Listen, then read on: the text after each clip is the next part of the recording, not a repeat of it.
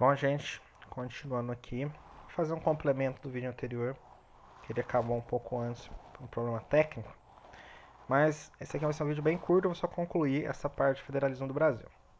Então vamos lá. Então vamos ver agora algumas características básicas do federalismo brasileiro. Tá?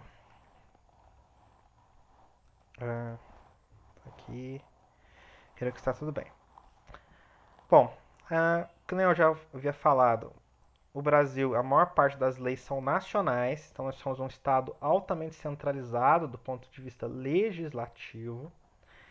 Nós temos uma regra no sistema jurídico brasileiro que é uma regra típica dos países unitários, mas aqui nós, provavelmente por causa da nossa herança de vários períodos autoritários e onde, na verdade, nós tínhamos um sistema unitário de fato, como a ditadura militar, mas antes disso o período Vargas, ou então antes disso ainda o período do Império. E esses períodos longos, né, de onde o sistema não era federativo de fato, embora às vezes fossem formalmente, deixou algumas heranças de sistemas muito centralizadores no nosso sistema legal. E esse é um exemplo. Né? No Brasil, você tem a ideia de que as leis nacionais sempre têm prevalência sobre leis locais. Então, se não há alguma divergência entre uma lei local e uma lei central, sempre a lei local tem que cair em face da lei federal. Não é todas, isso é uma coisa que inclusive não é muito comum nas federações. Nos Estados Unidos, por exemplo, tem uma delimitação muito clara entre o que é local e o que é uma lei federal e, e não há essa sobreposição.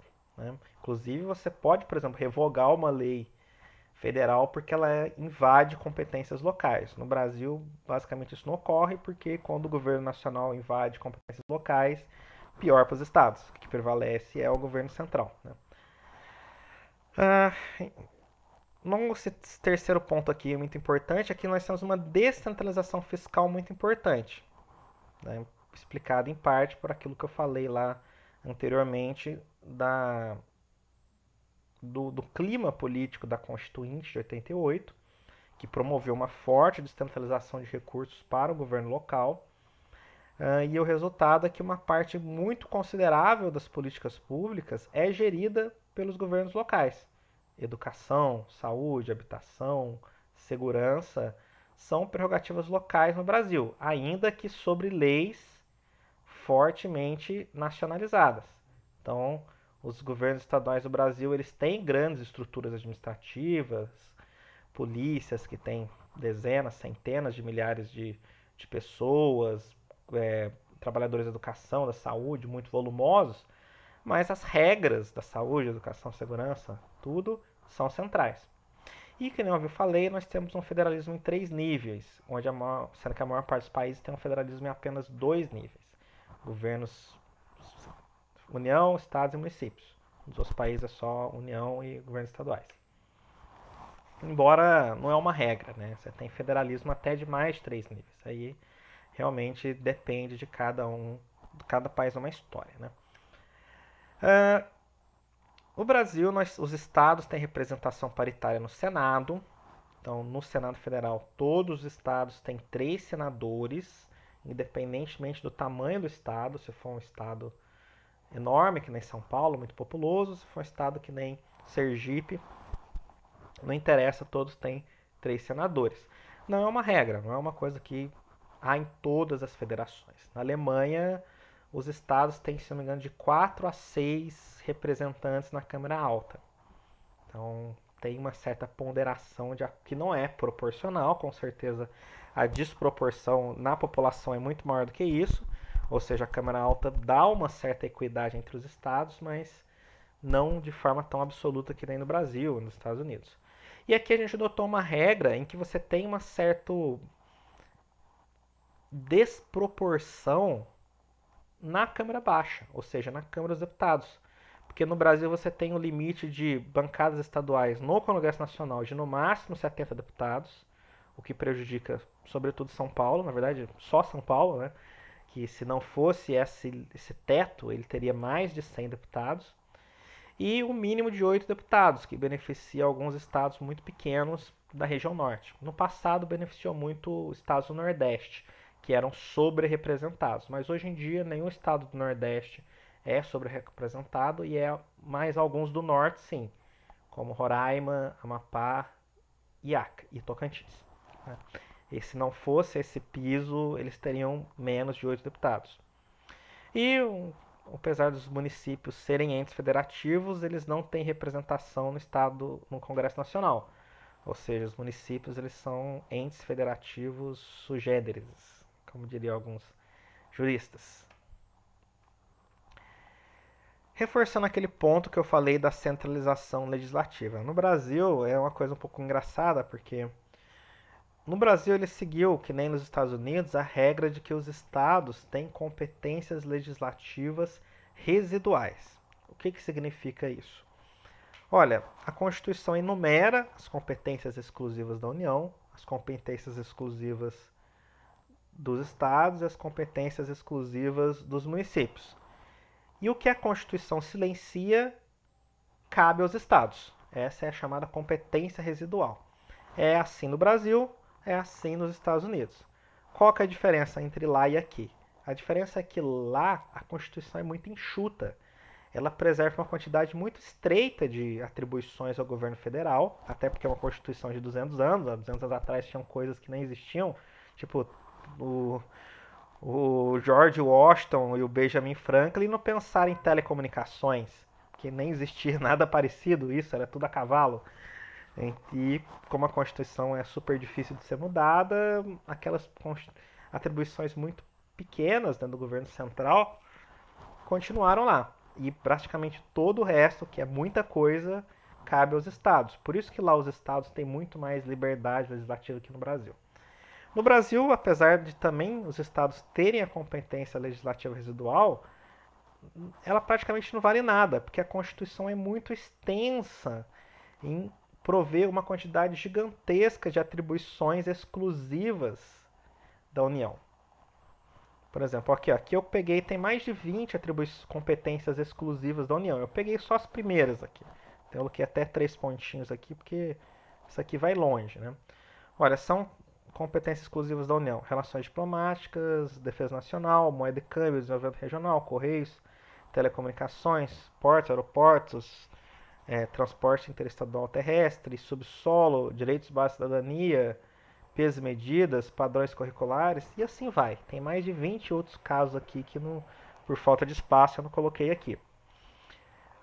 Já os estados têm como competências exclusivas gás encanado, que está escondido lá no final, no meio da Constituição, e tudo que a Constituição não proíbe, ou seja, competência legislativa. Então, aos estados praticamente não tem, fora o gás encanado, não tem competências constitucionais exclusivas. E os municípios tem, aqui é uma lista exaustiva, porque são poucos, né, então deu para colocar todos. Eles têm competências exclusivas de legislar sobre assuntos de interesse local, organizar serviços de interesse local, transporte coletivos e outros, educação pré-escolar, uso do solo, aqui tipo lei de zoneamento, plano diretor, e patrimônio artístico e cultural local. Tá? Olhando assim, parece até que os municípios têm mais competências exclusivas que os estados. E até faz um certo sentido. As prefeituras ainda têm algumas áreas relevantes que ela tem que decidir, sendo que os estados muito pouco, né? Então quer dizer que os estados são irrelevantes na estrutura federativa brasileira? Não é verdade, porque, vamos lembrar, as polícias são estaduais, boa parte do sistema de saúde é estadual, boa parte do sistema de educação é estadual, as estradas são estaduais em parte, então os estados eles têm muita competência administrativa e mais legislativa pouquíssima. Então, na verdade, os deputados estaduais, vamos dizer assim, eles têm poucas atribuições, pouco o que fazer. Não é que eles não querem, não é que eles são preguiçosos, não tem o que fazer. A Constituição meio que não deu muito espaço para eles, a verdade é essa. Bom, no Brasil tem esses dois pontos aqui que são muito importantes, que são as competências comuns e as competências concorrentes. Eu não vou explicar aqui a diferença entre elas, tem uma diferença sutil entre elas, Mas a ideia básica das duas, né, a diferença sutil do ponto de vista jurídico, eu estou dizendo. Mas tem um ponto importante aqui, em comum entre as duas, que são áreas em que os entes federativos têm que entrar numa espécie de colaboração. O Constituinte decidiu que essas áreas seriam áreas compartilhadas entre União, estados e municípios. E aqui nós temos áreas de política muito importantes, como educação, saúde, polícia civil, organização judiciária, meio ambiente, pessoas com deficiência, sabe, meio ambiente novo, combater a pobreza, habitação e saneamento, enfim.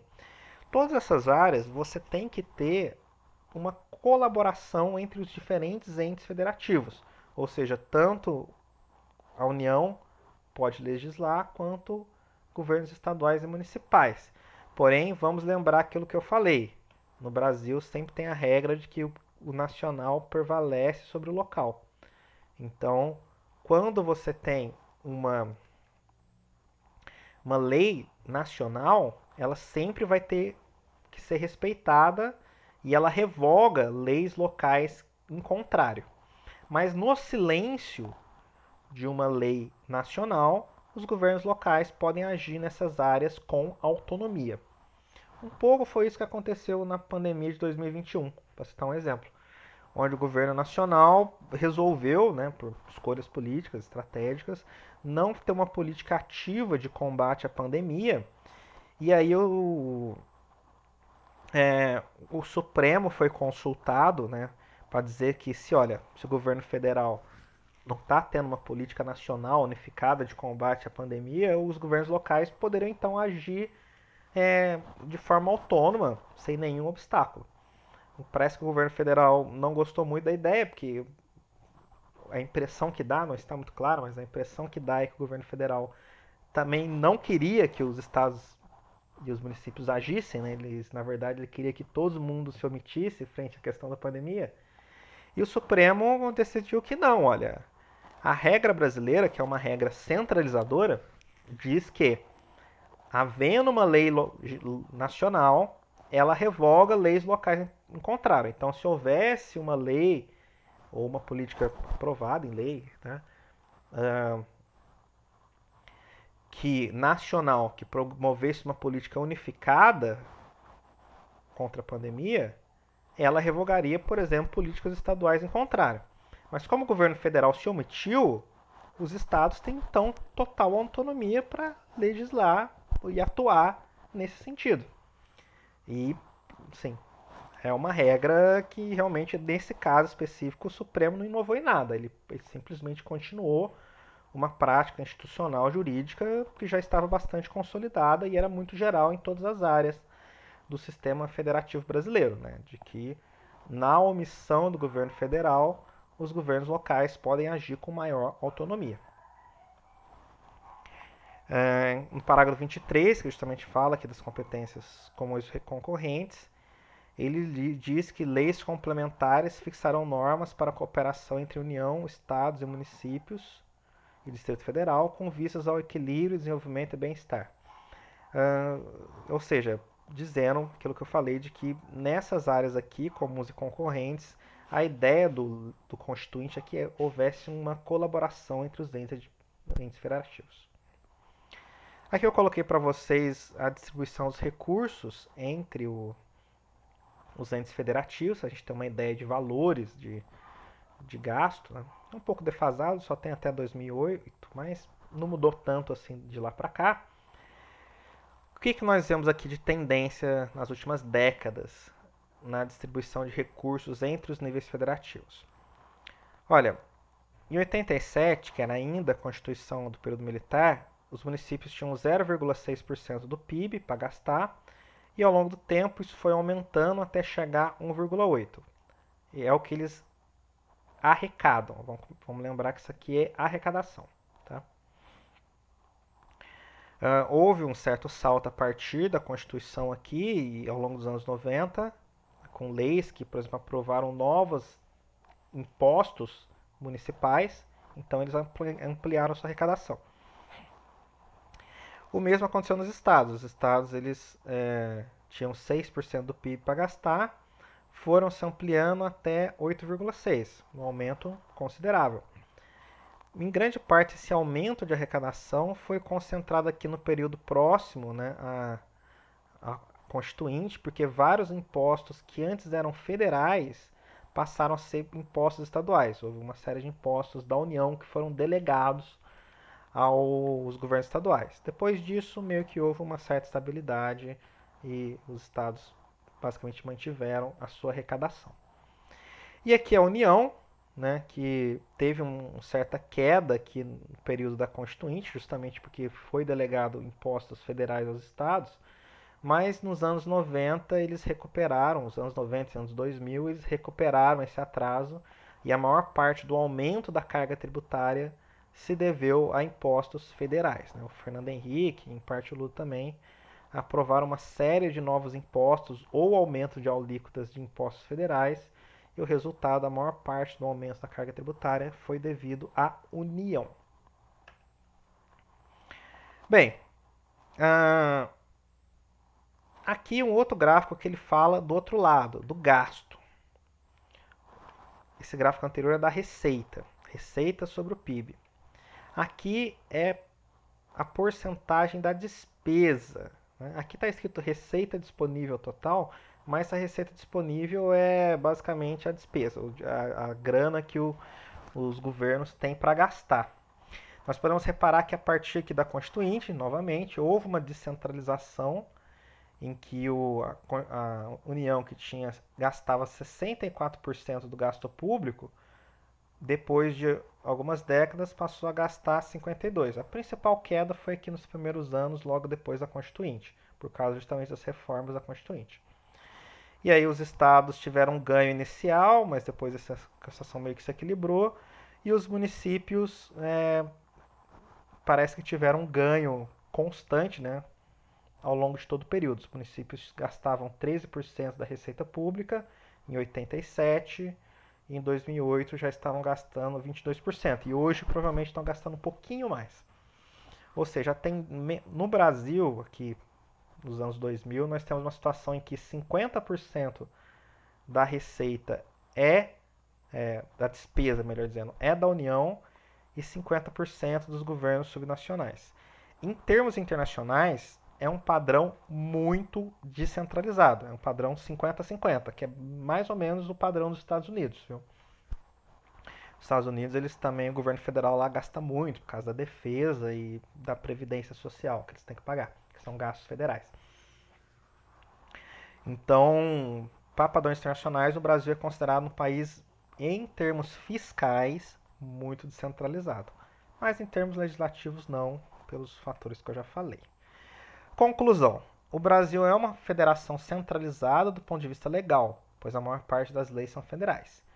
Porém, grande parte do orçamento é administrado pelos governos locais.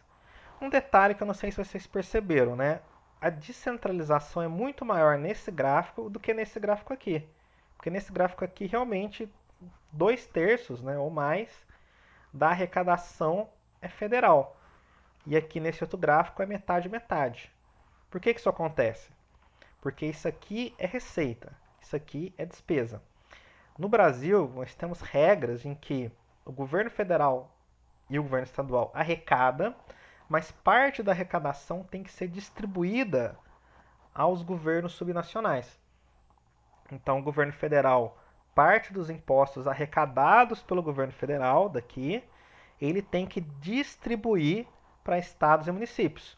E os estados também. Parte dos impostos estaduais tem que ser distribuído aos municípios. Por isso que os municípios têm uma porcentagem de receita aqui, de despesa, muito maior do que a porcentagem de receita. Os municípios no Brasil arrecadam relativamente pouco, mas gastam uma quantidade muito maior porque vivem de transferência dos níveis superiores de governo. Os estados, principalmente os estados das regiões mais pobres, do norte, do nordeste, também tem uma grande porcentagem da sua receita proveniente de transferências, né, do governo federal. Tá?